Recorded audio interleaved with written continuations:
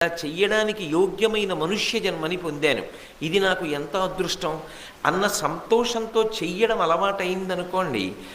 ఇవాళ నేను చేస్తున్నటువంటి ధర్మం నన్ను ఎప్పుడు రక్షణ చేస్తుంది అని అడిగితే అది నాకు తెలియదు. కానీ భగవంతుని యొక్క అనుగ్రహమునకు పాత్రము చేసేది మాత్రం కాలస్వరూపంగా ధర్మమే. ఎందుకంటే కాలమే భగవత్ స్వరూపం. కాల కలయతామహం అంటాడు భగవద్గీతలో గీతాచార్యుడు.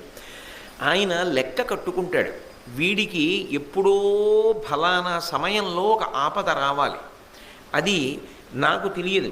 నేను ఏదో ఓ 15వ సంవత్సరం వయస్సులో ఉండగా చేసిన ధర్మానుష్ఠానం నా 73వ సంవత్సరంలో వస్తున్నటువంటి గొప్ప ఆపదని తప్పించడానికి ప్రాతిపదిక కావచ్చు.